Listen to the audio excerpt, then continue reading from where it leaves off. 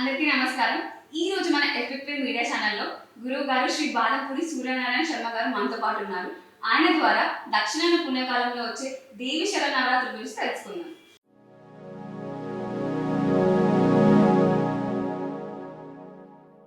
నమస్కారం గురుగారు. స్వాగతం అండి మా ఎఫెక్టివ్ మీడియా ఛానల్ కి. ధన్యవాదములు. గురుగారు, మాకు దక్షిణాయన పుణ్యకాలం గురించి విశిష్టత గురించి చెప్పగలరా? తప్పకుండా అమ్మ. వాగర్ధ వ్యవసంప్రప్తవు వాగర్ధ ప్రతిపత్తయే జగతః పితరౌ వందే పార్వతీ పరమేశ్వరౌ. మనం దక్షిణాయన పుణ్యకాలం అనేటటువంటిది చాలా విశిష్టమైనటువంటిది. ఈ దక్షిణాయన పుణ్యకాలంలోనే ఎక్కువగా మనకి గురు పూజోత్సవం కానివ్వండి, అలాగే గణపతి నవరాత్రి ఉత్సవాలు కానివ్వండి, అలాగే పితృపక్షములు కూడా ఈ దక్షిణాయన పుణ్యకాలంలో వస్తాయి. ఈ పితృపక్షాలతో పాటుగా శరన్నవరాత్రులు అంటే అమ్మవారికి సంబంధించినటువంటి నవరాత్రులు కూడా ఈ యొక్క దక్షిణాయన పుణ్యకాలంలోనే చేయడం జరుగుతుంది.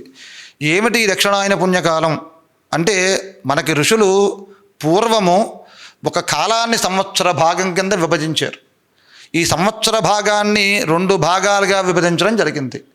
ఈ 2 భాగాలలో ఒక భాగం దక్షిణాయన పుణ్యకాలంగాను, మరో భాగం ఉత్తరాయన పుణ్యకాలంగాను చెప్పడం జరిగింది. ఈ దక్షిణాయన పుణ్యకాలం ఎందుకు విభజించడం జరిగిందంటే, దక్షిణాయన పుణ్యకాలంలో మీకు విశేషించి దేవతా ఉపాసనకి సంబంధించినటువంటి కాలము. ఎవరైతే ఈ దక్షిణాయన పుణ్యకాలంలో దేవతా సంబంధమైనటువంటి ఉపాసనలు విరివిగా చేసుకుని తత్సంబంధమైనటువంటి సంపూర్ణ ఆ యొక్క దేవతా అనుగ్రహాన్ని పొందాలనుకుంటున్నారో వారికి విశేషమైనటువంటి కాలంగా ఋషులు మనకి ఇవ్వడం జరిగింది.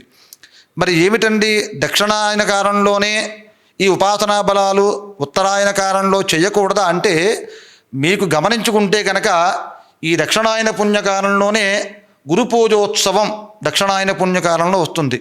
మనం చేసేటటువంటి ఏ పని అయినా సరే గురు బ్రహ్మ గురుర్విష్ణు గురుర్దేవో మహేశ్వర గురు సాక్షాత్ పరబ్రహ్మ తస్మై శ్రీ గురవే నమః అంటూ గురు ప్రార్థనతోటే మన యొక్క జీవనం ప్రారంభమవుతుంది. ఏ మనిషికైనా సరే జీవితంలో ఏదో ఒక స్థానం గురుస్థానం ఉంటుంది. గురుస్థానం లేనటువంటి మనిషి ప్రపంచంలో ఎక్కడా కూడా ఉండరు. అటువంటిది వేద విద్యలకి మంత్రాధిష్టాన దేవతలకి సంబంధించి ధర్మశాస్త్రాలని అవపోసన పట్టాలి అంటే ఖచ్చితంగా తత్సంబంధమైనటువంటి గురువు ప్రాముఖ్యత మన ధర్మశాస్త్రంలో చెప్పబడి ఉంది. మరి ఈ గురు పూజోత్సవం వచ్చేటటువంటిది కూడా దక్షిణాయన పుణ్యకాలంలోనే చేస్తాం అధికంగా మనం. దాన్ని గురు పౌర్ణమి అని చెప్పి గురు పూజోత్సవం చేస్తాం. ఈరోజు గురు పౌర్ణమి అంటే చాలామంది తత్సంబంధమైనటువంటి గురుతుల్యులు, కొంతమంది సాయిబాబా అంటారు, మరి కొంతమంది శంకరాచార్యుల వారికి, మరికొంతమంది వ్యాస మహర్షికి, అలాగే మరికొంతమంది తమకి ఇష్టమైనటువంటి గురువులు అంటే ధర్మ సూక్ష్మాలు బోధించేవారు కావచ్చు, ధర్మ సూక్ష్మాలు చెప్పేవారు కావచ్చు, వేద పఠనం చేసేవారు కావచ్చు, అలాగే చిన్నతనం నుంచి కూడా పాఠశాలలో విద్యాబోధన చేసినటువంటి గురువులకే కావచ్చు, వాళ్ళకి ప్రార్థన చేసి వాళ్ళకి పూజ చేసి ఈ యొక్క కాలాన్ని ప్రారంభిస్తాం మనం. ఈ యొక్క కాలాన్ని అలా గురు పూజతో ప్రారంభించడం వల్ల గురువు అనుగ్రహం చేత మనం ఏ సాధన మార్గాన్నైతే ఎంచుకున్నామో ఆ సాధన సంపూర్ణమైనటువంటి ఫలితాన్ని ఇవ్వాలంటే ఖచ్చితంగా గురువు యొక్క అనుగ్రహం ఉండి తీరాలి ప్రతి మనిషికి కూడా జీవితంలో. అటువంటి గురువు అనుగ్రహం గురు పూజోత్సవం ద్వారా పూర్తి చేసుకుని తదుపరి కార్యక్రమం కింద సకల విఘ్నాలకి అధిపతి అయినటువంటి గణపతిని ఆరాధిస్తాం. భాద్రపద శుక్ల చవితి నాడు గణపతి నవరాత్రి వినాయక చవితి పురస్కరించుకొని గణపతిని 9 రోజులు కూడా ఆరాధన చేస్తూ ఒక శ్లోకం చెప్తాం మనం. శుక్లాంబరధరం విష్ణుం శశివర్ణం చతుర్భుజం ప్రసన్నవదనం ధ్యాయేత్ సర్వ విఘ్నోపశాంతయే.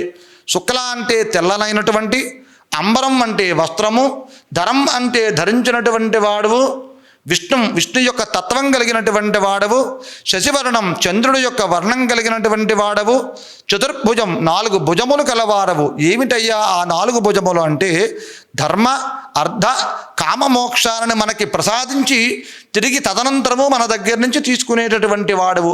అటువంటి వాడవైన నిన్ను ప్రసన్నవదనం ఎవరైనా కోపంగా ఉన్నారనుకోండి, మనకెందుకు వచ్చిన గోలరా బాబు అని దూరంగా ఉంటాం, వాళ్ళతో మాట్లాడే ప్రయత్నం కూడా మనం చెయ్యం. అలా కాకుండా రాక్షసుల్ని సహితం మోహింపచేసేటటువంటి ప్రసన్నమైనటువంటి వదనంతో ఉన్నవాడవైన నిన్ను ధ్యాయేతు, ధ్యానిస్తున్నాను సుమా. దేనికని? సర్వ విఘ్నోపశాంతయే. మహానుభావ విఘ్నేశ్వర, నేను చేసేటటువంటి ఈ దక్షిణాయన పుణ్యకాలంలో ప్రారంభం చేసేటటువంటి దేవతా ఉపాసన కార్యక్రమాలు ఏవైతే ఉన్నాయో, దేవతా ఉపాసనలు ఏవైతే ఉన్నాయో అవన్నిటికీ కూడా ఎటువంటి విఘ్నములు లేకుండా చెయ్యి అని ఆ గణపతిని 9 రోజులు కూడా, గణపతి నవరాత్రులు 9 రోజులు కూడా ఆరాధన చేసి ఆ యొక్క కార్యక్రమాన్ని పూర్తి చేసుకున్న తర్వాత మనకి ఎటువంటి విఘ్నములు లేకుండా ఆ గణపతి అనుగ్రహిస్తాడు. ఈ దక్షిణాయన పుణ్యకాలంలో చేసేటటువంటి ఉపాసనకి సంపూర్ణమైనటువంటి ఫలితాలు మనం పొందగలుగుతాం. ఆ కార్యక్రమం పూర్తి చేసుకున్న తర్వాత ఈ దక్షిణాయన పుణ్యకాలంలోనే మనం చాలామంది ఈ రోజుల్లో చూస్తున్నాం, చనిపోయినటువంటి వారికి ఎక్కడో అమెరికాలో ఉంటారు, తల్లిదండ్రులు ఇక్కడ ఉంటారు, పాపం వారు అమెరికాలో ఉంటారు. చనిపోతే కనీసం తల్లిదండ్రులు చివరి చూపుకి కూడా రాలేనటువంటి వారు చాలామంది ఉన్నారు. ఈ పరిస్థితి మనం కరోనా సమయంలో చూసాం. First wave, second wave, third wave సమయాల్లో కనీసం రావడానికి కూడా దారి లేక ఆ తల్లిదండ్రులు అలా విగత జీవుల కింద వదిలేస్తే ఎవరో తీసుకెళ్ళి ఎవరో ఖననం చేసి ఎవరో కర్మ చేసేటటువంటి పరిస్థితి మనకి దాపురించింది. ఇవన్నీ కూడా పూర్వజన్మలో మనం చేసుకున్నటువంటి కర్మలు. ఎలా వస్తాయి ఈ కర్మలు అంటే, చనిపోయినటువంటి వారు కూడా వారికి పూర్వజన్మలో ఎన్నో జన్మల నుంచి వస్తున్నటువంటి పితృశాపములు, పితృదోషములు అంటారు వీటిల్ని. ఆ పితృ సంబంధమైనటువంటి పితృపక్షాలు కూడా మనకి ఈ యొక్క దక్షిణాయన పుణ్యకాలంలోనే ప్రారంభమవుతాయి. ఎప్పుడు ప్రారంభమవుతాయి అంటే భాద్రపద శుక్ల పౌర్ణమి మరుసటి రోజు నుంచి పాడ్యమి, అంటే పౌర్ణమైనటువంటి మరుసటి రోజు పాడ్యమి, పాడ్యమి నుంచి అమావాస్య వరకు పిత్రమావాస్య అంటారు. ఈ 15 రోజులు కూడా పితృపక్షములు, అంటే పితృ సంబంధమైనటువంటి కార్యాలు. మనం దేవతలను పిలుస్తున్నాం, పూజ చేస్తున్నాం, బాగుంది. దేవతలు ప్రత్యక్షంగా ఎవరికి జన్మనిచ్చినటువంటి వారు కాదు, మన యొక్క సంరక్షణ చూసేటటువంటి వారు, మనల్ని సంరక్షించేవారు, ఈ లోకాలని ఉద్ధరించేటటువంటి మూర్తులుగా దేవతామూర్తుల ఆరాధన చేస్తాం మనం. మరి ఇంత శరీరాన్ని ఇవ్వాలంటే మనకు తల్లిదండ్రులు కావాలి, పితృలు కావాలి. మాతాపితరులు లేకుండా ఈ శరీరం రాదు కదూ. అటువంటి తల్లిదండ్రులు గతించినటువంటి వారి యొక్క కర్మకాండలు కానివ్వండి, వారికి జరిగేటటువంటి పితృకర్మలు కానివ్వండి, శ్రాద్ధకర్మలు కానివ్వండి, ఇలాంటివి చేయకుండా ఉంటే 7 జన్మల వరకు కూడా పితృశాపములు, పితృదోషములని ప్రతి కుటుంబంలో, ప్రతి వంశంలో కూడా పట్టుకుంటాయి. అటువంటి పితృశాపములు పోగొట్టేటటువంటి కాలం కూడా ఈ దక్షిణాయన పుణ్యకాలమే. మీరు పట్టుకోవడానికి ప్రయత్నం చేయండి. నేను చెప్పేటటువంటి ప్రతి మాట కూడా ఋషి ప్రోక్తము, ధర్మ సంబంధంగా వేదంలో ఋషులు ఏం చెప్పబడ్డారో అది మాత్రమే చెబుతున్నాం. ఇది స్వయం వ్యక్తంగా నేనేదో రాసుకుని స్క్రిప్ట్ రాసుకొచ్చినని చెప్పేటటువంటి మాటలు కాదు ఇవి. దేవతా సంబంధం ఋషులు మనకి ఏం చెప్పారు, కొన్ని లక్షల సంవత్సరాలు సాధన చేసి ఋషులు మన కోసం 4 యుగాలుగా విభజించి 4 యుగాల్లోనూ అనేక ధర్మాల్ని, ధర్మ సూక్ష్మాల్ని రచించి మనకి అందించడం జరిగింది. దేనికి? ఈ మానవాళిని ఉద్ధరించాలి. ఇప్పుడు కృతయుగం ఉందనుకోండి, కృతయుగంలో యజ్ఞయాగాది క్రతువులు, పూజలు, పునస్కారాలు ఏం లేవు. అదంతా దేవతల కాలం, దేవతాయుగం. మీకు త్రేతాయుగంలోకి వచ్చేసరికి ధర్మం కృతయుగంలో 4 పాదాల మీద ఉంది, త్రేతాయుగంలోకి వచ్చేసరికి 3 పాదాల్లోకి వచ్చింది. ఈ త్రేతాయుగంలో యజ్ఞయాగాది క్రతువుల వలన భగవత్ దర్శనం చేయొచ్చు అని ధర్మశాస్త్రం చెప్పింది. మరి ద్వాపరయుగం వచ్చింది, 3వ యుగం. 3వ యుగంలోకి వచ్చేసరికి ధర్మం 2 పాదాల్లోకి వచ్చేసింది. ధర్మం 2 పాదాల్లోకి ఎప్పుడైతే వచ్చిందో ఆరాధన, అర్చన, జప, హోమ, యజ్ఞ యాగాది క్రతువులు చేయడం వల్ల భగవద్ అనుగ్రహం పొందొచ్చు అని చెప్పింది. ఇప్పుడు కలియుగం నడుస్తోంది కదా, ఎవరైనా దేవాలయంలోకి వెళ్ళి కాస్త 10 నిమిషాలు కూర్చుని దైవనామస్మరణ చేయండి అంటే సమయం లేదు గురువు గారు అనేటటువంటి రోజులకు వచ్చేసాం మనం. ఎంతసేపు ఏం కావాలా అంటే సెల్ ఫోను, లేదా ఒక ల్యాప్టాప్ పట్టుకోవడం, సెల్ ఫోన్ పట్టుకోవడం, ఏదో టీవీ పెట్టుకోవడం. దాంట్లో 108 అష్టోత్తరం, 108 సీరియళ్ళు వస్తాయి ఉదయం నుంచి సాయంత్రం దాకా. వేసేవాడికి విసుపుండదు, చూసేవాడికి అంతకంటే విసుపుండదు. మార్చింది మార్చి, చూసింది చూసి, చూడసింది చూడకుండా కొత్తవన్నీ వచ్చేస్తున్నాయి, కొత్తవన్నీ చూస్తున్నాం. మన ధర్మం ఏదో మనం మర్చిపోయి ఈ రోజున మన జీవనాన్ని సాగిస్తున్నాం. ఇలా ఎందుకు జరుగుతోంది అంటే కృతయుగము, త్రేతాయుగము, ద్వాపర యుగము బాగానే గడిచే యుగాలు. కలియుగంలోకి వచ్చేసరికి మానవుడికి సమయం లేదు. అలాగే ఆయుర్దాయం కూడా తగ్గిపోయింది. ఆయు ప్రమాణం కూడా కృతయుగంలో 1000 సంవత్సరాలు బతికారనుకుంటాం. త్రేతాయుగంలోకి వచ్చేసరికి అది ఒక 800 సంవత్సరాలకు వచ్చింది అనుకుంటాం. ద్వాపర యుగంలో 500 సంవత్సరాలకు వచ్చింది. కలియుగంలోకి వచ్చేసరికి 100 సంవత్సరాలకు వచ్చింది. ఇప్పుడైనా ఆ 100 సంవత్సరాలు నికరంగా బతుకుతున్నారంటే ఎవరు ఎప్పుడు వెళ్ళిపోతారో తెలియదు. కరోనా లాంటి వేవులు వస్తే ఎవరు ఎప్పుడు రాలిపోతారో తెలియనటువంటి కాలంలో మనం జీవనం కొనసాగిస్తున్నాం. మరి ఎందుకు వస్తున్నాయి ఈ అనర్థాలు అంటే, ఈ కలియుగంలో మీరు జపం చేయండి, చేయకపోండి, దానం చేయండి, మానేయండి, యజ్ఞం చేయండి, చేయకపోండి, మీకు అవకాశం ఉంది లేదు. కానీ కేవలం భగవన్నామ సంకీర్తన చేయడం వల్ల ముక్తి అని యుగధర్మం చెప్తోంది మనకు. ఋషులు కూడా అంత చక్కగా వివరించారు. ఈ యుగంలో కనీసం దైవనామస్మరణ చేయడానికి కూడా అవకాశం లేనటువంటి భక్తులు చాలామంది కోట్లలో ఉన్నారు. పాపం తీరిక లేదు వాళ్ళకి.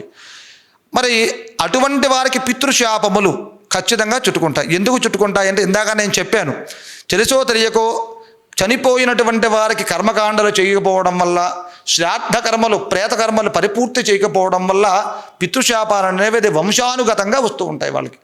మరి అవి కూడా, ఆ కర్మలు, ఆ పాపాలు, శాపాలు కూడా తొలగించేటటువంటి పుణ్యకాలం ఈ దక్షిణాయన పుణ్యకాలం. ఎప్పుడైతే ఈ దక్షిణాయన పుణ్యకాలంలో వచ్చేటటువంటి భాద్రపద పాడ్యమిలగాయితు అమావాస్య వరకు ఈ 15 రోజులు పితృపక్షాలు. ఈ 15 రోజుల్లో చనిపోయినటువంటి మాతాపితరుల పేర్లు చెప్పి పితృకర్మలు అంటే పితృతర్పణాలు, తిరతర్పణాలు వదలనివ్వండి, శ్రాద్ధకర్మలు చేయనివ్వండి, పిండ ప్రదానాలు చేయడం, ఆబ్దీగాలు పెట్టడం, అలాగే బ్రాహ్మణకు స్వయం భాగాలు ఇవ్వడం, చెప్పులు, గొడుగులు ఇలాంటి దానాలన్నీ ఇస్తారు. చాలామందికి వచ్చేటటువంటి సందేహం, ఏమండి చనిపోయినప్పుడే కదా అండి చెప్పులు ఇస్తాం, గొడుగులు ఇస్తాం, కర్రలు ఇస్తాం, అన్నీ ఇస్తాం కదా, ఇప్పుడు ఎందుకు ఇవ్వాలి అంటే, మనం పుట్టినప్పుడు తల్లిదండ్రులు చక్కగా అల్లారు ముద్దుగా మనల్ని పెంచుకుంటారు. మనం ఎందుకు ఏడుస్తున్నామో కూడా తల్లిదండ్రులకు అర్థమవుతుంది. కానీ ఈ కాలంలో పెరిగేటటువంటి పిల్లలకి, తల్లిదండ్రులకి పిల్లలు ఎందుకు ఏడుస్తున్నారో అర్థం కానటువంటి స్థితి. ఎందుకు అంటే, మన ధర్మాన్ని మనం మర్చిపోతున్నాం. పూర్వం ఒక పిల్లాడు ఏడుస్తున్నాడంటే పెద్దవాళ్ళు కడుపులో నొప్పి, లేకపోతే ఆకలేసిందనో, లేకపోతే వేడి చేసిందనో, ఇలా అనేక రకాలుగా టక్కున పిల్లాడు ఏడుపు చూసి చెప్పగలిగేవారు, పిల్లలు ఏడుపు చూసి. కానీ ఈ కాలంలో ఏమిట్రా మనకు అర్థమైందంటే, గబగబా ఒక కారు మాట్లాడుకోవడం, హాస్పిటల్కి తీసుకెళ్ళడం, ఇంజక్షన్లు చేయించడం.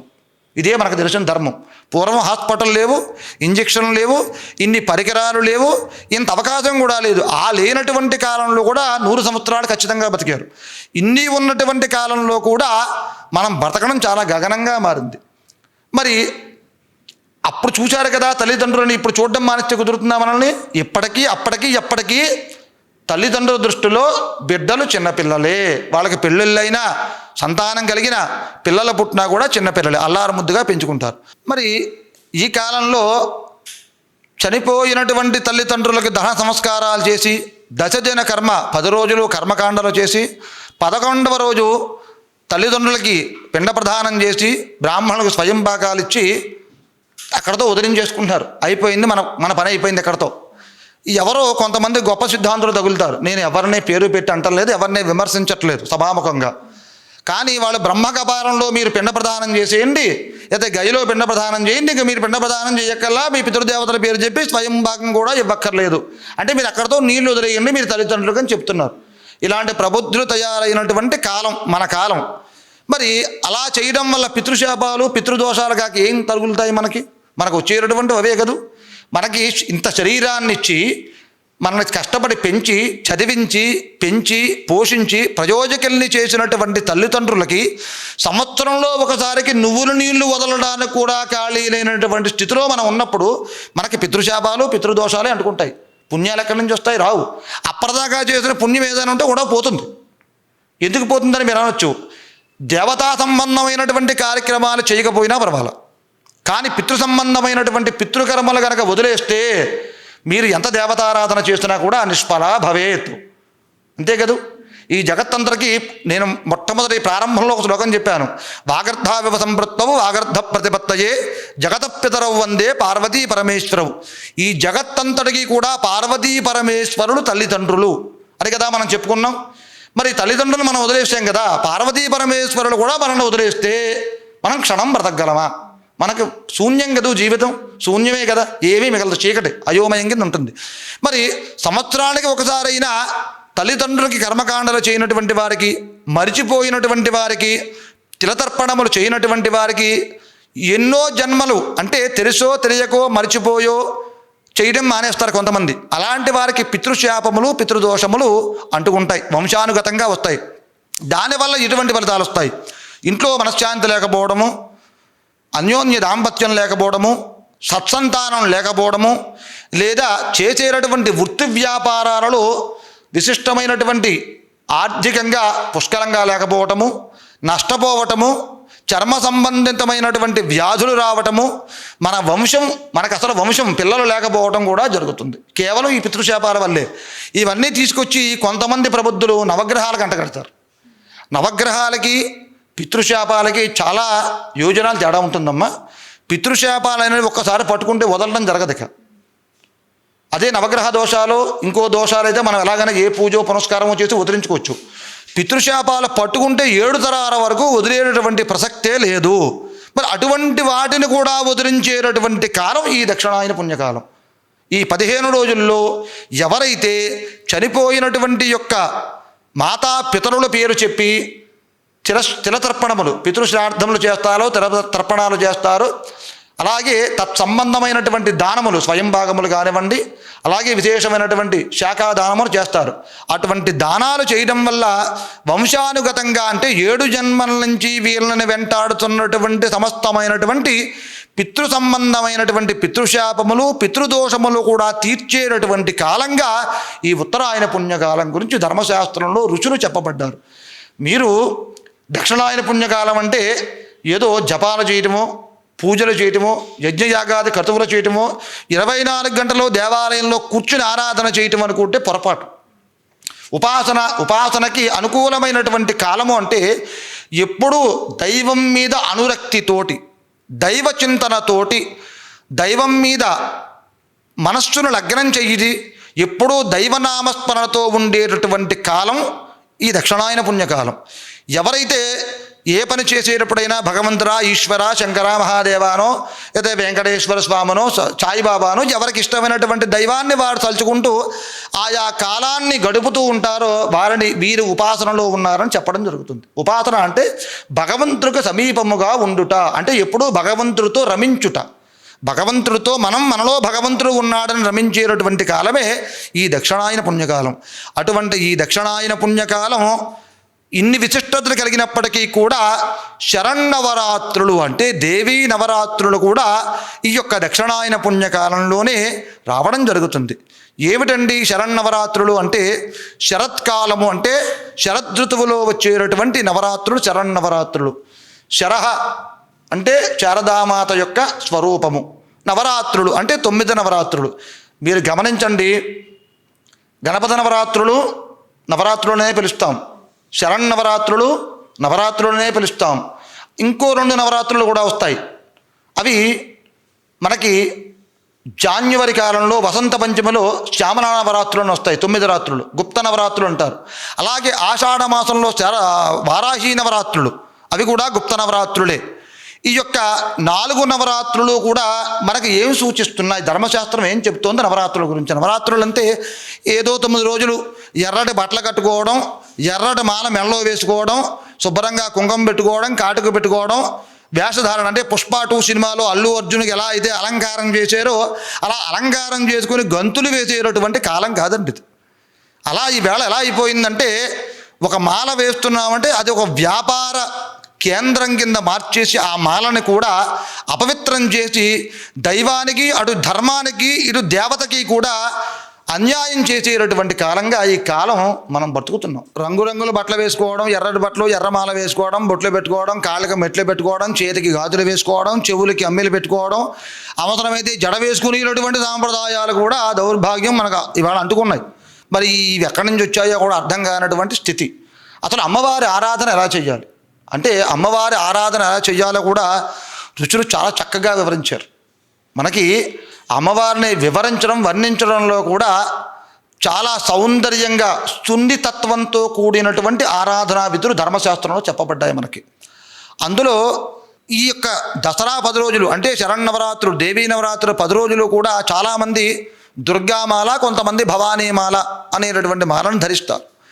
ఈ మాల ధరించేటటువంటి కాలం ఎప్పుడు అంటే 21వ తారీఖు అమావాస్య వస్తుంది ఈ నెల. 22వ తారీఖు పాడ్యమి లగాయితూ 41 రోజు మండలం దీక్ష చేసేటటువంటి వారు కొంతమంది ఉంటారు. అర్ధమండలం 21 రోజు దీక్ష చేసేటటువంటి వారు కొంతమంది ఉంటారు. లేదు ఈ 10 రోజులు అమ్మవారి యొక్క విగ్రహాన్ని పెట్టుకుని చిన్న మండపం లాంటిది ఏర్పరచుకుని అందులోనే పీఠం పెట్టుకుని ఈ 10 రోజులు అమ్మవారి యొక్క మాలను ధరించి పూజ చేసేటటువంటి వారు కొందరు ఉంటారు. 41 రోజు మండలం చేసే వారి వల్ల ఎటువంటి ఇబ్బంది లేదు. పాపం వారి పని ఏదో వారు చేసుకుంటారు, వారికి ఇబ్బంది ఏం లేదు. 21 రోజు చేసేటటువంటి వారి వల్ల కూడా ఇబ్బంది ఏం లేదు. ఈ 10 రోజులు కాస్త ఏదో వ్యక్తిగతంగా వాళ్ళు ఏదో చేస్తారు తప్ప తర్వాత స్కామ్గా వాళ్ళ పని వాళ్ళు సౌమ్యంగా చేసుకుంటూ పోతారు. ఈ 10 రోజులు మాలాధారణ చేసేటటువంటి వారి యొక్క వేషాలు చూస్తే అసలు మనం అమ్మవారికి పూజ చేద్దామా మానేద్దామా అనిపించేటటువంటి పరిస్థితి వచ్చేస్తుంది. ఎందుకు అంటే అమ్మవారి యొక్క ఆరాధన చేయడం అనేది చాలా సాత్వికంగా పద్ధతిగా ధర్మాన్ని పట్టుకుని ధర్మాన్ని వదలకుండా ఆచరిస్తూ చెయ్యాలి. అమ్మవారి అమ్మ మన అమ్మ దగ్గర మనం ఎలా ఉంటాం? ఇంట్లో ఇష్టం వచ్చినట్టుగా ఉంటామా? వెర్రి కేకలు, వెర్రి వేషాలు, వెర్రి పాటలు అన్నీ పెట్టుకుంటామా? మనం ఉండంగా అమ్మ దగ్గర మన ఇంట్లో అమ్మని ఎంత గౌరవంగా చేస్తున్నామో మన ఇంట్లో ఉన్నటువంటి అమ్మకే అంత గౌరవం ఇస్తే అమ్మలగన్న అమ్మ ముగ్గురమ్మల మూలపుటమ్మ చాలా పెద్దమ్మ అని ఆవిడ ఒక స్థానాన్ని ఏర్పరిచారు ధర్మశాస్త్రంలో. అంటే జగన్మాత మీరు పట్టుకోవాల్సింది ఏమిటంటే ఇక్కడ అమ్మవారి స్వరూపం ఉన్నటువంటి దేవతా స్వరూపం పరబ్రహ్మ స్వరూపం ఒక్కటే. ఆ పరబ్రహ్మ స్వరూపాన్ని కొంతమంది కాళీ స్వరూపంగా, ఆ కాళీ స్వరూపంలోంచి వచ్చినటువంటి స్వరూపాలే పార్వతీ స్వరూపము, లక్ష్మీ స్వరూపము, సరస్వతీ స్వరూపం. ఈ ముగ్గురు మూర్తులు కలయికతో జరిగేటటువంటి నవరాత్రులు ఈ శరన్నవరాత్రులు కదా. ఈ శరన్నవరాత్రులో పార్వతీదేవిని పూజిస్తాం, కాళీ అమ్మవారిని పూజిస్తాం, లక్ష్మీ అమ్మవారిని పూజిస్తాం, సరస్వతి అమ్మవారిని పూజిస్తాం. ఈ నలుగురినే కాకుండా అపరాజితాదేవి పూజ అంటే 10వ రోజు విజయదశమి రోజు సకల కార్యసిద్ధికి మనం చేసేటటువంటి కార్యములో విజయాలు ప్రసాదించడానికి అపరాజిత పూజను కూడా మనం చేస్తూ ఉంటాం. మరి ఇంతటి ఫలితాన్ని ఇచ్చేటటువంటి నవరాత్రులు మనం చేసేటటువంటి విధానాలు ఏమిటయ్యా అంటే వెకిలి వేషాలు, వెర్రి చేష్టలు. అమ్మవారికి విసుకొచ్చి ఏమిట్రా నాకు ఈ కర్మ అని అమ్మవారు బాధపడేటట్టుగా పూజించేటటువంటి కాలం మనకు ఆసన్నమైంది వేళ. ఎలా చెయ్యాలో ధర్మశాస్త్రం చెప్పిందండి. ఎలా పడితే అలా మాలాధారణ చేయకూడదు, ఎలా పడితే అలాగా పీఠం పెట్టకూడదు, ఎలా పడితే అలా అమ్మవారి ఆరాధన చెయ్యరాదు. అది ధర్మ విరుద్ధము, నిషిద్ధము. దానివల్ల మనకు వచ్చేటటువంటి శుభ ఫలితాలు మాట దేవుడిరుగు, ముందు దుష్ఫలితాలు మనం వెంటాడుతూ ఉంటాయి. మాల వేసేటటువంటి వారు ఒకరోజు ముందు నుంచి సాధ్యమైతే 2 రోజుల ముందు నుంచి కూడా మద్య మాంసాహారాల జోలికి వెళ్ళకపోవడం మంచిది. మొట్టమొదటి మీరు క్రమశిక్షణ ఉంటేనే మాలల జోలికి వెళ్ళండి. అమ్మవారిని ముట్టుకునేటప్పుడు ఇష్టం వచ్చినట్టుగా మాల వేసుకుంటాం, 10 మంది కనపడాలి కాబట్టి దీక్షలు చేస్తాం, మైకులు పెడతాం, గంతులు వేస్తామంటే కుదరదు. ధర్మశాస్త్రం ఎవడ సొత్తు కాదు. ఋషులు కొన్ని వేల సంవత్సరాలు సాధన చేసి మనకు అందించినటువంటి గొప్ప వరం సంస్కృతి. దీన్ని ఎలా పడితే అలా మనం పాడు చేయడానికి మనకు అధికారం లేదు. 2 రోజుల ముందు నుంచి కూడా మన శరీరాన్ని మన మనస్సుని అదుపులో పెట్టుకోవాలి. మనకు ఉన్నటువంటి ఆహార నియమాలు అలవాట్లు దూరం చేసుకోవాలి. చేసుకుని చక్కగా పాడ్యమ రోజు అమ్మవారి ప్రాతకాలంలో బ్రాహ్మీ ముహూర్తం అంటారు. అంటే మీరు గమనించండి, పూర్వం మనం చరిత్రలోకి వెళితే చరిత్ర కాదు వాస్తవం జరిగినటువంటివి పురాణాల్లోకి వెళితే తెల్లవారుజామున 3:30కే బ్రాహ్మీ ముహూర్తంలో లేచి 4 గంటలకు నదీ స్నానం చేసి ఋషులు సంధ్యావందనాది కర్మాలు నిర్వర్తించేవారు. అలా చేసేటటువంటి వారికి అలా చేశారు కాబట్టే వారు అరుగు మీద కూర్చుంటే, ఒక చెట్టు కింద కూర్చుంటే కాలజ్ఞానం మొత్తం వాళ్ళకి కనపడేది. ఎప్పుడు ఏ గ్రహణం వస్తుంది, ఎప్పుడు ఏ తిథి వస్తుంది, ఎప్పుడు ఏ ఉపద్రవం వస్తుంది, ఎప్పుడు ఏ వ్యాధులు వస్తాయి, వాటికి పరిష్కారాలు ఏమిటి, ఎలా చేసుకోవాలి అని కేవలం ఒక చెట్టు కింద కూర్చుని చెప్పగలిగారంటే జ్ఞానం రాబట్టే కదా. ఆ జ్ఞానం ఎప్పుడు వస్తుంది? పొద్దున్న 9ంటికి మాల వేసుకుని 10ంటికి స్నానం చేసి ఉదయం టిఫిన్ అయిన తర్వాత పూజ చేస్తే వస్తుందా? కాదు కదా. బ్రాహ్మీ ముహూర్తంలోనే మాల వేసుకోవాలి. ఆ బ్రాహ్మీ ముహూర్తంలోనే అమ్మవారి యొక్క సాధన ఎప్పుడైతే నీ మెడలో అమ్మవారి యొక్క మాల పడిందో, అమ్మవారి యొక్క వస్త్రం నీ శరీరం మీద పడిందో, అక్కడి నుంచి మరో అమ్మవారి స్వరూపమే నువ్వు. కాబట్టి అమ్మవారి నువ్వే అమ్మవారిగా ఉండాలంటే నిన్ను మిగతా హైందవ సోదరులు, హైందవ సంస్కృతి నిన్ను ఎలా చూడాలంటే నువ్వు అలాగే ప్రవర్తించాలి. అలా ప్రవర్తిస్తేనే నిన్ను అమ్మవారిగా చూడగలుగుతారు కదా. నేను ఒక బ్రాహ్మణం చెప్పుకుంటున్నానండి, బ్రాహ్మణం చెప్పుకుని జీన్ ప్యాంటు టీషర్ట్తో పూజ చేస్తే ఊరుకుంటారా మీరు? నాకు మంత్రాలు వచ్చు కదా, జీన్ ప్యాంటు టీషర్ట్తో నేను పూజ చేస్తే మంత్రాలు చదివితే ఊరుకుంటుందా? ఎవరో ఊరుకోరు. ఏమంటే మీరు పంతులు గారండి అలాంటి పని చేస్తున్నారు ఏమిటంటే తప్పు కదండి, ధర్మ విరుద్ధం కదా నాకు చెప్తారు కదా. మరి నువ్వు చేసేటప్పుడు నువ్వు ధర్మానికి విరుద్ధంగా వెళ్ళకూడదుగా, ధర్మాన్ని పట్టుకునే వెళ్ళాడుగా. ఎవరైతే ధర్మాన్ని పట్టుకుని అమ్మవారి ఆరాధన చేస్తాడో వాడికి ఇహంలో సర్వ సౌఖ్యాలు, సర్వభోగాలు, పరంలో అంటే చనిపోయిన తరువాత అమ్మవారి యొక్క పాదాలు పట్టుకుని అమ్మవారి యొక్క సాయుధ్యము, అమ్మవారి యొక్క లోకంలో వాడు ఉండిపోతాడు. ఇక వాడు మళ్ళీ పుట్టక్కర్లా. ఎందుకు పుట్టక్కర్లేదు అంటే చాలామందికి తెలిసింది ఈ చరాచర సృష్టిలో మానవ జన్మ చాలా ఉత్కృష్టమైనటువంటి జన్మ కదా. అసలు జన్మలు ఎన్ని ఉన్నాయి మనం మొట్టమొదటిగా తెలుసుకోవాలంటే ఈ చరాచర సృష్టిలో మొత్తం 84 లక్షల జీవరాశులు ఉన్నాయి. ఈ 84 లక్షల జీవరాశులు 4 రకాలుగా విభజించబడింది.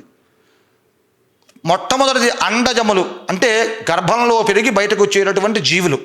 అందులో మనిషి కూడా ఒకడు. అందులోనే ఆవులు ఉన్నాయి, గేదెలు ఉన్నాయి, మేకలు ఉన్నాయి, కుక్కలు ఉన్నాయి. ఇలా కొన్ని జీవులు గర్భంలోంచి బయటకు వచ్చేటటువంటి జీవి పురుడు పోసుకుని స్వరూపం బయటకు వస్తుంది. అండజాలయ్యి. ఇప్పుడు స్వేదజములు అంటే ఆవిరిలో పుట్టి ఆవిరిలో పెరిగేటటువంటి జీవులు కొన్ని.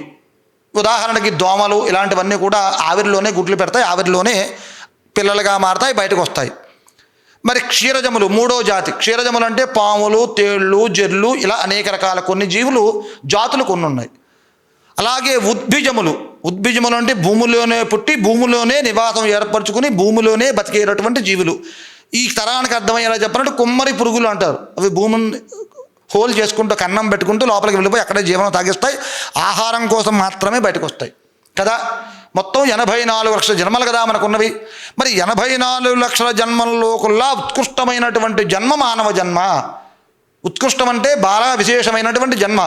ఎన్నో జన్మలు అంటే 83,99,999 జన్మల్లో నువ్వు ఏదో పుణ్యకర్మ చేస్తే తప్ప నీకు రానటువంటి జన్మ మానవ జన్మ. అటువంటి మానవ జన్మ మనకి ఈశ్వరుడు ఇచ్చాడు. మిగిలిన 83,99,999 జన్మలకి ఒక పూజ కానీ, అర్చన కానీ, ఆరాధన కానీ, హోమం కానీ, దానం కానీ చేసేటటువంటి అధికారం లేదు.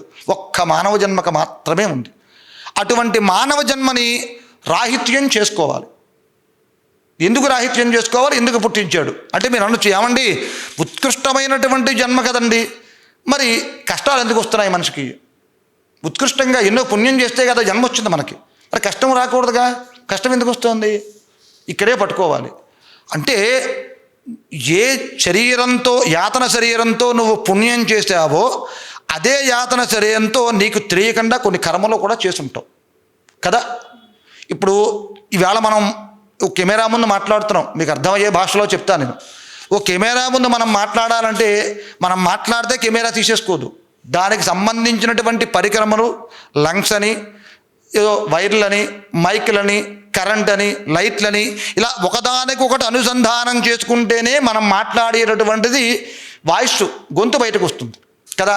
అలాగే మనం కనిపించాలన్నా ఇవన్నీ అనుసంధానం చేసుకుంటేనే మనం కనపడగలుగుతాం. అలాగే ఒక జన్మ వచ్చింది అంటే అన్ని అనుసంధానం చేసుకుని ఈశ్వరుడు మనకు జన్మిస్తాడు. అనుసంధానం చేసుకున్న దాంట్లో కర్మలు కూడా ఉంటాయి.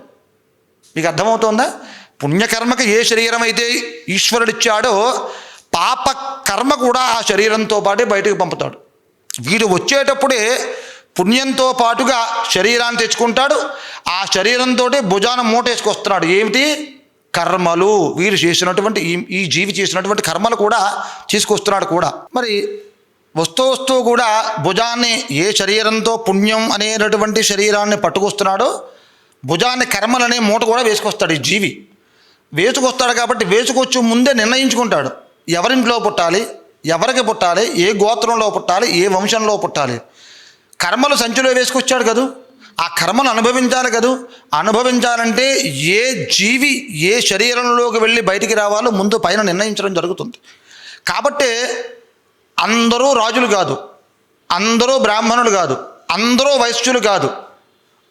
ఎవరికి సంబంధించినటువంటి కర్మ ఎంత ఉందో ఆ సంబంధమైనటువంటి కర్మ ఫలాలు అనుగుణంగా జీవి భూమి మీదకి వస్తుంది కదా. మరి పుట్టిన తర్వాత కర్మను అనుభవిస్తున్నాం కదా, పాపాలు కూడా తెచ్చుకున్నాడు కదా. నువ్వు చేసిన కర్మను నువ్వు తెచ్చుకున్నావు, ఎవరు చేసిందో కాదు. అంటే మీకు అర్థమైనా చెప్పాలంటే నా తల్లిదండ్రులు సంపాదించినటువంటి ఆస్తులను తీసుకుంటాను తప్ప నా తల్లి అంటే మీకు అంటే ఎవరినో విమర్శించడం కాదు ఇది నేను సభాముఖంగా. ఉదాహరణకి ఎవరో నా సోదరులో నా తల్లిదండ్రులో ఎవరో ఉన్నారు, ఏదో చిన్న కేసులో ఇరుక్కున్నారు, 1000 కోట్లు ఆస్తుంది నాకు. మా నాన్నగారు ఏదో కారణం చేత సృష్టిపడ్డారు, అంటే ఆరోగ్యం బాగాలేదు, జైలు శిక్ష పడింది, బయటకు వచ్చేసారు. ఆ శిక్ష కొడుకు అనుభవించాలంటే అనుభవిస్తాడా? 1000 కోట్ల ఆస్తి 1000 కోట్ల ఆస్తి అనుభవిస్తాడుగా. 1000 కోట్ల ఆస్తి నువ్వు అనుభవించినప్పుడు కర్మ నువ్వు ఎందుకు అనుభవించవు? అంతే కదా. ఇది మీ నాన్నగారు సంపాదించిందే కదా ఇది. అలా నువ్వు ప్రతిదానికి తప్పించుకుంటూ నాది కాదు అని తప్పించుకుంటూ వస్తాడు కదా, అవే ఈ కర్మలన్నీ మూట వేసుకొస్తాడు వీడు. అలా ఎప్పుడైతే మూట పట్టుకొస్తున్నాడో పుట్టడం లగాయితూ వాడు పెరగడం వరకు మీకు మనిషి గమ్యం చాలా చిన్నది, చాలా చిన్న గమ్యం మనిషిది. పుట్టడం ఏడుస్తూ పుడతాడు, పెరిగేటప్పుడు ఆకలి బాధ రోగం చెప్పుకోలేక ఏడుస్తాడు, కొంత సమయానికి చదువుకోవడానికి ఏడుస్తాడు, కొంత సమయం వచ్చేసరికి యవ్వనంలో పడి ఏడుస్తాడు, మరికొంత సమయం వచ్చేసరికి ఉద్యోగం చదువులు వీటిల్లో పడి ఏడుస్తాడు, మరికొంత సమయం వచ్చేసరికి వివాహము పెళ్ళి పిల్లలు సంసారం ఇందులో పడి ఏడుస్తాడు, మరికొంత సమయం వచ్చేసరికి అప్పుడే నాకు వయసు అయిపోయిందని అప్పుడే చచ్చిపోతానని ఏడుస్తాడు. వీడు బ్రతుకంతా పుట్టిందరగా అయితే చచ్చే వరకు ఏడవటమే. వీడు సుఖపడింది ఎప్పుడు అంటే ఎప్పుడూ లేదు. దేనికి పుడుతున్నాడు దేనికి పోతున్నాడు కదా. మానవ జన్మ ఉత్కృష్టమైనటువంటి జన్మ కదా, నీకు ఉన్నటువంటి సమయమే తక్కువ కదా. అటువంటి సమయంలో కనీసం దైవ సంబంధమైనటువంటి ఆరాధన చేయకుండా, పితృ సంబంధమైనటువంటి ఆరాధన చేయకుండా కర్మలు నువ్వు ఏ కర్మలైతే అనుభవిస్తానని భూమి మీదకి వచ్చావో ఆ కర్మలు 1 by 1 స్టెప్ బై స్టెప్ తప్పించుకుంటూ వెళ్ళిపోతూ ఆ కర్మల సంచులోకి ఈ కర్మను కూడా వేసుకుంటున్నాడు. మళ్ళీ ఆ మూట అలా ఉండిపోయింది, దాన్ని అనుభవించట్లా. మళ్ళీ ఈ మూటలో ఆ మూటలో ఇంక ఇవన్నీ చేరుతున్నాయి. పూర్వం పెద్దలు చెప్పేవారు 4 రాళ్ళు వెనకేసుకోరా బాగున్నప్పుడే అని. 4 రాళ్ళు వెనకేసుకోమంటే 4 కోట్లు వెనకేసుకోమని కాదు, పుణ్యం అనే రాళ్ళు వెనకేసుకో, అవే నీ కూడా వచ్చేవి. నువ్వు సంపాదించినటువంటి ఆస్తులు కానీ డబ్బులు కానీ పొలాలు కానీ స్థలాలు కానీ ఇళ్ళు కానీ బంగారం కానీ అందమైన ఈ శరీరం కానీ ఇవన్నీ ఇక్కడే ఉండిపోతాయి. మీరు పుట్టేటప్పుడే లోపల చతుర్ముఖ బ్రహ్మగారు మనకి ప్రాణాన్ని ఇచ్చేటప్పుడే పంచభూతములు పృథివీ అంటే భూమి, ఆకాశము, గాలి, నీరు, నిప్పు ఈ 5 ఈ శరీరంలో పెట్టే లోపలికి పంపుతాడు. పుట్టిన తర్వాత ప్రతి మనిషి ఎంత శుభ్రంగా స్నానం చేసిన తర్వాత మనం అప్పుడైనా ఎప్పుడైనా చనిపోయేంత వరకు ఇప్పుడు వెళ్ళి ఫ్రెష్గా మనం మైసూర్ శాండిల్ సబ్బు పెట్టినా సంతూరు సబ్బు పెట్టినా ఏ సబ్బు పెట్టి తోమి బయటకు వచ్చి మళ్ళీ నలిపినా శరీరాన్ని వచ్చేటటువంటిది మట్టి బొమ్మను చేసి లోపలికి పెడుతున్నాడు. బయటకు వచ్చిన తర్వాత ఎంత శుభ్రం చేసినా మట్టే వస్తుంది. తిరిగి ఎక్కడికి వెళ్ళిపోతున్నాడు? మళ్ళీ వీడు మట్టిలోకే వెళ్ళిపోతున్నాడు. వీడు కాల్ చేసిన తర్వాత బూడిదే కదా, మట్టే కదా, ఇంకేం మిగులుతుంది శరీరం. అటువంటి శరీరం ఈశ్వరుడు ఇచ్చినా కూడా ఉపయుక్తం అంటే దీన్ని ఇలా ఉపయోగించుకోవాలో అర్థం కాక ఈ యొక్క సనాతన ధర్మాన్ని పక్కన పెట్టేసి మన యొక్క ఉన్నటువంటి కాలాన్ని పాడు చేసుకుంటూ వెళ్ళిపోతున్నాడు మానవుడు. అటువంటి కర్మలు మూట కట్టుకుంటూ వెళ్ళిపోతున్నాడు మానవుడు. ఇది ఎక్కడ మొదలు పెట్టాను నేను అంటే మీరు పట్టుకుంటే అర్థమవుతుంది. నవరాత్రులు ఈ పితృపక్షములు రేపు ఈ నెల 21 వరకు కూడా జరుగుతూ ఉన్నాయి. ఎవరైతే పూర్వ సంబంధమైనటువంటి పితృశాపములు పితృదోషములు ఉన్నటువంటి వారు సామూహికంగా ఇంట్లో అయినా దేవాలయంలో అయినా విధిగా పోయినటువంటి పెద్దల పేరు చెప్పి తిలతర్పణములు స్వయం భాగదానములు ఇవ్వడం వల్ల పితృశాపములు పితృదోషములు తొలగించుకునేటువంటి కాలంగా ఈ యొక్క దక్షిణాయన పుణ్యకాలం చెప్పబడింది. మరి నవరాత్రులు ఎందుకు వస్తాయి? మొత్తం 4 రకాల నవరాత్రులు వస్తున్నాయి మనకు సంవత్సరంలో. అటు దక్షిణాయన పుణ్యకాలంలో 2 నవరాత్రులు, ఉత్తరాయణ పుణ్యకాలంలో 2 నవరాత్రులు, మొత్తం వెరసి 4 నవరాత్రులు చేస్తున్నాము. మీకు అర్థమయ్యేలా చెప్తాను. నవ అంటే 9 అంటే ఎప్పటికీ కొత్తదే. నవ అంటే కొత్తది అంటే ఎప్పటికీ మాసిపోనటువంటిది, ఎప్పటికీ మారిపోనటువంటిది, ఎప్పుడూ కొత్తదనంగా ఉండేటువంటిది. నవ అంటే కొత్తదని అర్థం. రాత్రులు 9 రాత్రులు. మీరు ఇందాక చెప్పా 84 లక్షల జీవరాశుల్లో ఉత్కృష్టమైనటువంటి జన్మ మానవ జన్మ అని చెప్పాం కదా. ఈ శరీరం వస్తూనే జీవి కిందకు వస్తూ తేన నవరంధ్ర రూపో దేహ, 9 రంధ్రాలతో ఈ శరీరం బయటకు వస్తుంది. మీకు అర్థమైందా? చెవులు, కళ్ళు, ముక్కు, నోరు, అలాగే నాభిస్థానము, 2 స్థానములు నేను చెప్పి ఈ సభాముఖంగా చెప్పేటటువంటి స్థానము కాదు, అపాన వాయువు స్థానం 2 స్థానాలు ఉంటాయి. వెరసి 9 స్థానములు, మొత్తం సహస్రారము, దీంతో 9 స్థానాలు ఉంటాయి. ఈ 9 నవరంధ్రాల్లో ఏ రంధ్రంలో నుంచా ప్రాణం పోవచ్చు. ప్రాణం పోవాలంటే 9 దారులు ఉన్నాయి ప్రాణం పోవడానికి. ఏ దారిలో ఉంచా ప్రాణం పోవచ్చు. 9 రంధ్రాలకి నవరాత్రులకి సంబంధం ఏమిటి? అది కదా మనం పట్టుకోవాలి. అంటే ఇక్కడ అమ్మవారి ఉపాసన చేసేటప్పుడు శరన్నవరాత్రులలో శ్రీచక్ర నవావరణార్చన అంటే శ్రీచక్రము అని మేరు ఉంటుంది అమ్మవారిది. అది 9 ప్రాకారములతో ఉంటుంది. 9 ప్రాకారములకి ఒక్కొక్క ప్రాకారాలకి ఒక్కొక్క సంబంధమైనటువంటి దేవతామూర్తి అధిష్టాన దేవతగా ఉంటుంది.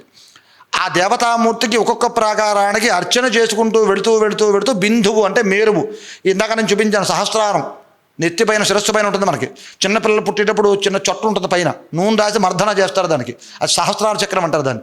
బిందువు కూడా శ్రీచక్రం పైన ఇంతే ఉంటుంది. 9 ప్రాకారములకు 9వ ప్రాకారం బిందువు. మనిషి శరీరం ఎలా అయితే శ్రీచక్రం నిర్మాణం జరిగిందో ఈ మానవ శరీరం కూడా 9 రంధ్రాలతో నిర్మాణం జరిగింది. మీకు అర్థమైందా? ఈ 9 రంధ్రాలలో ఏ రంధ్రంలోంచి ప్రాణం పోయినప్పటికీ కూడా ఉత్తమమైనటువంటి గతులు కలగాలి. అంటే అమ్మవారి యొక్క ఆరాధన, అమ్మని పట్టుకోవడం చేతనవ్వాలి. ఒకసారి మనకి అమ్మని పట్టుకోవడం చేతనైందా, ఇక నువ్వు వదిలేసిన ఆవిడ వదలదు. మనం వద్దనుకుని వదిలేసామనుకోండి, ఆవిడ మన వెంట పడుతుంది. అయ్యో వీడు పట్టుకున్నాడే, ఇంతకాలం పట్టుకుని తాపత్రయపడ్డాడే, ఈవేళ వదిలేస్తే పాడైపోతాడేమో పిల్లాడు అని మన వెంటపడి మన చెయ్యి పట్టుకుని నడిపిస్తుంది అమ్మవారు. మరి అటువంటి శరన్నవరాత్రులు అమ్మవారికి మనం ఎంత శ్రద్ధగా చేయాలి ఆరాధనా విధులు, ఎంత భక్తిగా ఎంత పవిత్రంగా చేస్తామో అంత ఫలితాన్ని అమ్మవారిస్తుంది. ఏనాడైతే మెడలో మాల, రుద్రాక్షమాల కానివ్వండి, స్ఫటికమాల కానివ్వండి, పగడాల మాల కానివ్వండి, ఏ మాలైనా వేసుకుని అమ్మవారి యొక్క వస్త్రాలు ధరించినటువంటి మరుక్షణం నుంచి అమ్మవారే మాలాధారుడే అమ్మవారు అనేటటువంటి భావనలో ఈ మాల వేసుకున్నటువంటి వ్యక్తి జీవనం సాగించాలి. ఆ 10 రోజులైనా 21 రోజైనా 41 రోజు మండలం దీక్ష చేసినా కూడా. ఎలా చేయాలి దీక్ష అంటే ఎప్పుడూ మడిగానే ఉండాలి. ఈశ్వరుడు నోరిచ్చాడు అని ఇష్టం వచ్చినట్టు మాట్లాడడానికి ఉండదు. నీకు ఉత్తర రోజుల్లో ఎలాగైనా మాట్లాడవచ్చు, ఎలాగైనా జీవనం సాగించవచ్చు, ఎలాగైనా బ్రతకొచ్చు, అది వేరే విషయం. కానీ మాలా సమయంలో మాలా నియమ నిబంధనలు అనుసరించి ధర్మాన్ని పట్టుకుని ధర్మాన్ని విడవకుండా ఎవరైతే నీ మెడలో మాల వేసినటువంటి గురువు గారు ఉన్నాడో ఆ గురువు గారి యొక్క కనుసన్నల్లో, గురువు గారి యొక్క ఆధీనంలో ఈ 10 రోజులు నీ జీవనం సాగించాలి. 10 రోజులంటే మాలా సమయం నువ్వు ఎన్ని రోజులు దీక్ష చేస్తున్నావు అన్ని రోజులు కూడా సాగించాల్సిందే. అది గురువుగారి యొక్క ఆధ్వర్యంలో నడవాల్సిందే. నీ స్వయం వ్యక్త ప్రకాశంగా నేను వెలుగుతాను, నేను మసులుతానంటే ఆ ధర్మం ఒప్పుకోవద్దు దానికి. ఎందుకంటే ఏదైనా ఇబ్బంది వస్తే అందులోంచి బయట ఎలా పడాలో నీకు తెలియదు కదా.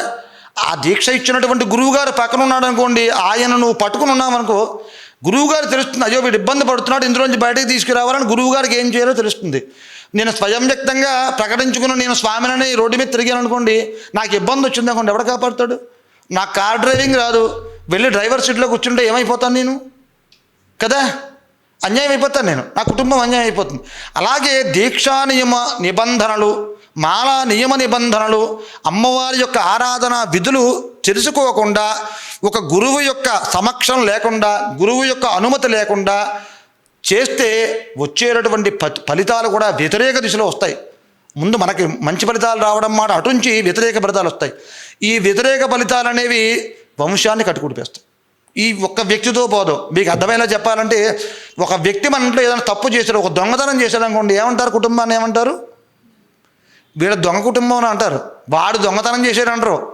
వాడి తండ్రి ఎవడో ఆ తండ్రి దగ్గర నుంచి అందరినీ తిట్టుకుంటూ వస్తారు కదా.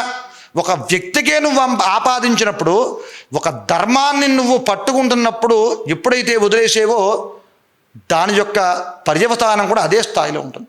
కాబట్టి మనం చేసేటటువంటి దీక్షా నియమాలు కూడా గురుముఖంగా గురువు ద్వారా గురువు యొక్క పర్యవేక్షణలో మాలాధారణ చేసుకుని ప్రతిరోజు ఉదయం బ్రాహ్మీ ముహూర్తంలో అంటే 4:30 నుంచి 5:30 కాలంలో ఈ గంట సమయంలోనే అమ్మవారి యొక్క ఆరాధన విధులు పూర్తి చేసుకోవాలి.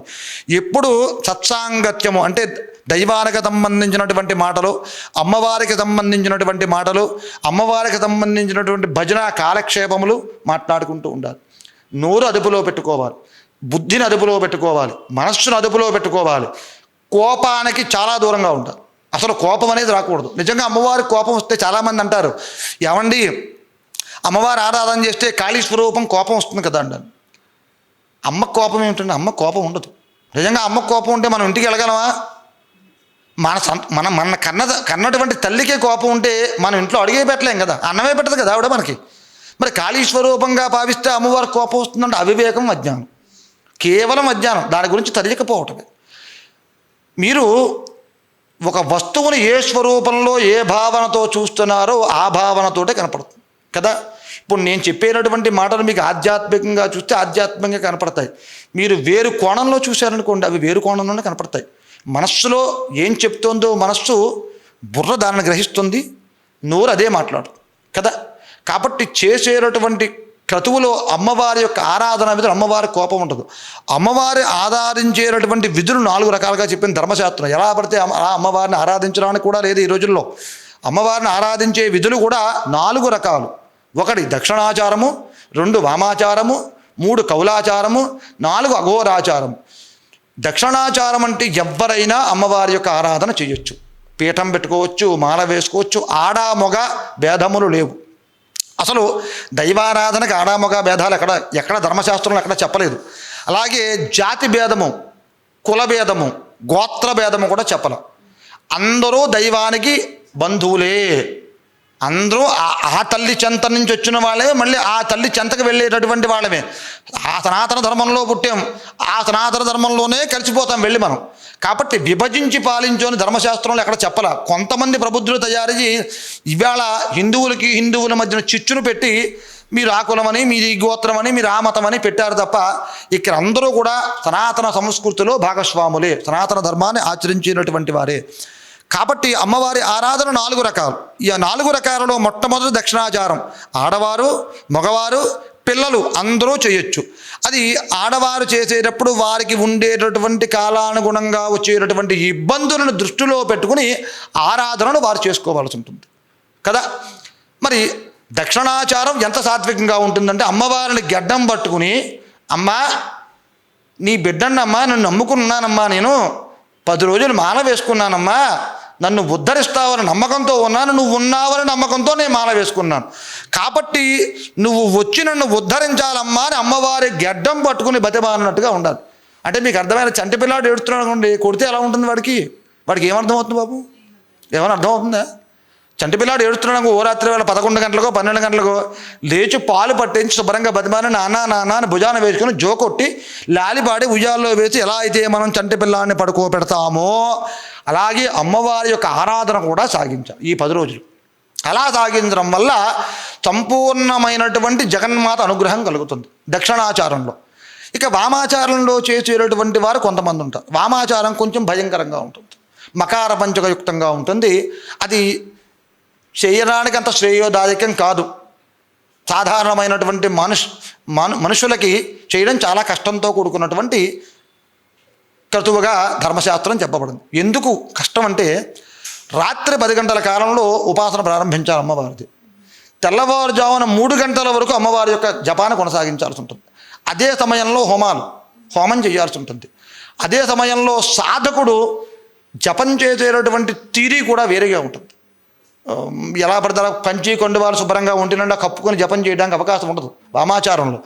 అంటే ఒకడు చెప్తే వింటాడు, ఒకడు బెదిరిస్తే వింటాడు, ఒకడు కొడితే వింటాడు, ఒకడు తిడితే వింటాడు కదా. 4 రకాలు ఉంటారు ప్రతి మనిషిలో. అలాగే అమ్మవారి ఆరాధన చేసేటటువంటి వారిలో కొంతమంది కాళీ స్వరూపం ఉగ్రంగా ఆరాధన చేసేవారు ఉంటారు. అదే కాళీ స్వరూపాన్ని పార్వతీ స్వరూపంగానో సరస్వతీ స్వరూపంగానో ఆరాధన చేసేటటువంటి వాళ్ళు కొంతమంది ఉంటారు. ఎవరైతే ఉగ్రకాళీగా స్వరూపంగా ఆరాధన చేసేటటువంటి వారు ఉన్నారో వారికి వామాచారం వర్తిస్తుంది. మకార పంచకాలతో వాళ్ళు ఆరాధన చేస్తారు. కానీ ఏ ఆరాధన చేసినప్పటికీ కూడా అమ్మవారు ఎప్పటికీ ఎన్నటికీ ఎవరికి అన్యాయం చెయ్యదు. అందరూ కూడా ఆమె బిడ్డలమే, ఆమెలోంచి వచ్చినటువంటి వాళ్ళమే, ఆమె శరణాగతి పొందాలని తహతహలాడేటటువంటి వారం. అటువంటి శరణాగతి కోసం మనకి ఋషులు అందించినటువంటి గొప్ప వరం ఈ దక్షిణాయన పుణ్యకాలంలో వచ్చేటటువంటి శరత్కాలంలో వచ్చేటటువంటి దేవీ శరన్నవరాత్రులు. ఎవరైతే ఈ శరత్కాలంలో వచ్చేటటువంటి దేవీ శరన్నవరాత్రులలో అమ్మవారిని ఇష్టపూర్వకంగా అంటే ఏదో విగ్రహం పెట్టి సినిమా డీజేలు పెట్టి పాటలు పెట్టి ఏదో హడావిడి చేయడం కాదండి. అమ్మవారు అక్కడ కూర్చుంది అనేటటువంటి భావనతోటి పూజ చేస్తారో వారికి వచ్చేటటువంటి ఫలితములు కూడా అదే స్థాయిలో అమ్మవారు ప్రసాదిస్తుంది. వెకిలి చేష్టలు, వెకిలి పాటలు, గంతులు ఇలాంటివి వేసి సాధన చేసేటటువంటి సాధనా బలం అక్కడతో మొత్తం ఉన్నది కూడా పోతుంది. అప్పటిదాకా చేసిన పుణ్యం కూడా ఆ వేళతో గంగలో కలిసిపోతుంది వెళ్ళిపోయి. అమ్మవారి యొక్క ఆరాధన ఏ దేవతామూర్తి ఆరాధన చేసి అమ్మవారనే కాదు, అక్కడ ఏ దేవతామూర్తిని చేసినా కూడా అక్కడ భగవంతుడు ఉన్నాడని కదా నువ్వు విగ్రహం పెడుతున్నావు. తెచ్చి ఎక్కడో ఉన్నటువంటి వారిని తెచ్చి పెడుతున్నావు. మీకు కొన్ని చూస్తే చాలా బాధ అనిపిస్తుంది. ఇవాళ నేను గత 5 సంవత్సరాల క్రితం ఈ యొక్క మహానగరంలో, హైదరాబాద్ మహానగరంలో ప్రవేశించడం జరిగింది. మాది గోదావరి జిల్లా. అక్కడ ఆచార వ్యవహారాలు పద్ధతులు వేరే ఉంటాయి. తెలంగాణ ఆచార వ్యవహారాలు పద్ధతులు వేరే ఉంటాయి. అలాగే ఏ రాష్ట్రానికి సంబంధించినటువంటి ఆచారములు, సాంప్రదాయములు, పద్ధతులు వేరే ఉంటాయి కదా. ఆచారములు, పద్ధతులు, సాంప్రదాయాలు నీ కుటుంబం వరకే కదా. దేవుడి మీద రుద్దొచ్చా? భగవంతుడి మీద ఎలా రుద్దుతాం? మనం రుద్దడానికి అధికారం ఎక్కడది? మనకి అవకాశం మనకు లేదు కదా. భగవంతుడు గోదావరి జిల్లాలోనూ వినాయకుడే, హైదరాబాదు తెలంగాణ రాష్ట్రంలోనూ వినాయకుడే, పంజాబ్లోనూ వినాయకుడే, మహారాష్ట్రలోనూ వినాయకుడే, మధ్యప్రదేశ్లో కూడా వినాయకుడే. మీరు ఏ దేశం వెళ్ళినా వినాయకుడనే పిలుస్తాం, గణపతినే పిలుస్తాం. ఇంకోలా పిలవంగా ఆయన్ని. మరి మన ఆచారాలు, మన సాంప్రదాయం ఆయన రుద్దకూడదు కదూ. రుద్దొచ్చా? ధర్మం ఏం చెప్పిందో అలాగే ఆరాధన చేయాలి కదా. అక్కడ గణపతి యొక్క ఆరాధనా విధులు ఒకలా ఉంటే ఇక్కడికి వచ్చేసరికి సాంప్రదాయంలో మా సాంప్రదాయం అని చెప్పి దాన్ని కొంచెం తర్జన భర్జనమా చేసి కొన్ని అక్కర్లేనటువంటి విషయాలు, ఇది కొంతమందికి నేను చెప్పేటటువంటి బాధ కలిగించవచ్చు. నేను చెప్పేటటువంటి ప్రతి మాట కూడా ధర్మశాస్త్రంలో ఉన్నది. ఇది విన్నవాళ్ళు ఉద్ధరింపబడతారు కూడా. దైవ అనుగ్రహం పరిపూర్ణంగా కావాలని ఇంత కష్టపడి ఒక మండపాన్ని ఏర్పరచుకుని విగ్రహాన్ని తీసుకొచ్చి ఒక సద్బ్రాహ్మణుని పెట్టుకుని దేవతా ప్రతిమ తెచ్చి విగ్రహానికి ప్రాణప్రతిష్ఠ చేసి 9 రోజులు శుభ్రంగా పూజ చేసుకుని 10వ రోజు మనం చేసేటటువంటి పని ఏమిటి? అసలు 9 రోజులు మనం చేసేది ఏమిటి? ఏం తింటున్నామో ఒక లెక్కాపత్రం లేదు. ఏం తాగకూడదో ఏం తాగాలి లెక్కాపత్రం లేదు. అక్కర్లేనటువంటి పాటలు, అసలు సినిమా సంబంధమైనటువంటి పాటలన్నీ కూడా ఆ మండపంలో వస్తాయి కదా. వెయ్యకూడనటువంటి పాటలు ఏమున్నాయో గీతాలన్నీ ఆ మండపంలో వేస్తారు. ఆ వినాయకుడు కూడా నాకెందుకు వచ్చిన కర్మరాయిదని దేవుడు కూడా బాధపడేటట్టుగా డీజేలు, చెవులు పక్కన పెద్ద పెద్ద బాక్సులు పెట్టి డీజేలు పెట్టేసి ఇష్టం వచ్చినట్టు పాటలు పెట్టేసేసి ఆ వినాయకుడు కూడా అసహించుకునే తీరుగా మనం ఇవాళ నవరాత్రులు జరుపుతున్నాం. దైవాన్ని ఎందుకు తెచ్చుకున్నాం? ఆయన్ని మనల్ని ఉద్ధరించాలా, మనం ఆయన్ని ఉద్ధరించాలా కదా. మనం ఆయన ఉద్ధరించే స్థాయికి మనం లేము కదా. ఈ క్షణం మాట్లాడతాం, మరుక్షణం లోపల ఉన్నటువంటి శరీరంలో గాలి తిత్తి బయటికి వెళ్ళిపోతే ఈ శరీరం తగలబెట్టేస్తారు తీసుకెళ్ళి కదా. దేవుణ్ణి ఉద్ధరించే స్థాయికి మనం ఇంకా రాలేదు కదా. మనల్ని ఉద్ధరించేది ఎవరు? భగవంతుడు. అటువంటి భగవంతుని తీసుకొచ్చి 10 రోజులు పూజ చేస్తానని చెప్పి నువ్వు చేసేటటువంటి పనులు ఏమిటి? నిన్ను ఉద్ధరింపబడడానికి వచ్చినటువంటి వాడి దగ్గర నువ్వు ఎలా ప్రవర్తిస్తున్నావు? వాడు కూడా ఒక ఫ్రెండ్లా ట్రీట్ చేస్తున్నాడు. వినాయకుని కూడా ఫ్రెండ్ కింద చూస్తున్నారు. పిచ్చి గంతులు, పిచ్చి వేషాలు, పిచ్చి పాటలు. ఆ నిమజ్జనానికి వెళ్ళేటప్పుడు ఎవరిని కొట్టుకుంటారో తెలియదు, ఎలా బిహేవ్ చేస్తారో తెలియదు, ఎలాంటి కేకలేస్తారో తెలియదు, ఎలాంటి పాటలు పెడతారు. అసలు ఒక్క నిమజ్జనంలో కనీసం గణపతి పాట ఏదన్నా పూర్తిగా పెడతారేమో విందామని చూస్తే ఒక్క పాట వినలేకపోయింది ఈ సంవత్సరం. గత సంవత్సరం కూడా అలాగే, ప్రతి సంవత్సరం ఇలాగే చేస్తున్నాం. దైవానికి కావాలని తెచ్చి దగ్గర పెట్టుకుంటున్నాం దైవాన్ని. ఆ దైవానికి మనమే దూరం చేసేసుకుంటున్నాం. అంటే నువ్వు ఇచ్చేటటువంటి శుభ ఫలితాలు మాకు వద్దు, నువ్వు ఇచ్చే వరాలు మాకు అవసరాలా, మేము ఇలాగే బతుకుతాం, మా జీవితం ఇంతే మనం చెప్పుకుంటున్నాం. ఎటుపోతున్నాం మనం? సనాతన ధర్మాన్ని వేళ ఇంకొకళ్ళు అవహేళన చేసేటటువంటి స్థాయికి తెచ్చింది ఎవరు? ఎవరు తెచ్చారు? హిందువులే చాలా కష్టపడి మనం ఆ స్థాయికి దిగజార్చేసాం. కాబట్టి దైవారాధన చేసేటప్పుడు చాలా శ్రద్ధగా భక్తిగా మనం ఎందుకు చేస్తున్నాం, ఆ సత్ఫలితాలు మనం పొందాలి, మన పిల్లలకి ఆ యొక్క ఫలితాలు అందించాలి. మన పిల్లలకి ఈ యొక్క సనాతన వైదిక ధర్మం అంటే ఏమిటో చెప్పాలి. ఈ పిల్లలకి అలవాటు చేయాలి దీని అన్నప్పుడు మనం ఎలా ప్రవర్తిస్తున్నామో మన పిల్లలు కూడా అలాగే ప్రవర్తిస్తారు. కాబట్టి ఇది దృష్టిలో పెట్టుకుని అందరూ కూడా ఖచ్చితంగా బ్రాహ్మీ ముహూర్తంలో లేవడము, విశేషంగా అమ్మవారి ఆరాధన చేయటము, సత్సాంగత్యాలు చేయటము, ఈ యొక్క అల్లరి చిల్లరిగా పాటలు కేకలు కేరింతలు గోల ఇలాంటివి లేకుండా సాత్వికంగా అమ్మవారి యొక్క ఆరాధన చేస్తే వచ్చేటటువంటి ఫలితాలు కూడా విశేషంగా ఉంటాయి. కాబట్టి గమనించి మీ అందరూ కూడా అమ్మవారి పాదాలు ఎప్పుడెప్పుడు పట్టుకుందామా అని మీరు చూస్తున్నారు కదా. అసలు మీరు ఎప్పుడు ఆవిడ పాదాలు పట్టుకుంటారా, వీడిని ఈ సాగరంలోంచి బయటికి లాగేద్దామని అమ్మవారు చూస్తూ ఉంటుంది.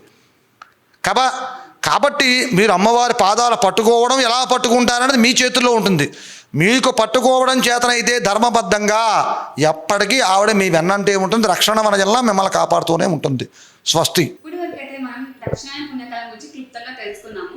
వచ్చే ఎపిసోడ్స్ లో దేవి శరన్నవరాత్రుల గురించి ఇంకా క్లుప్తంగా తెలుసుకున్నాము. ఇలాంటి మరిన్ని వీడియోస్ కోసం మన ఎపిక్ మీడియాని సబ్స్క్రైబ్ చేసుకోండి, పక్కన ఉన్న బెల్ ఐకాన్ కూడా కొట్టేయండి.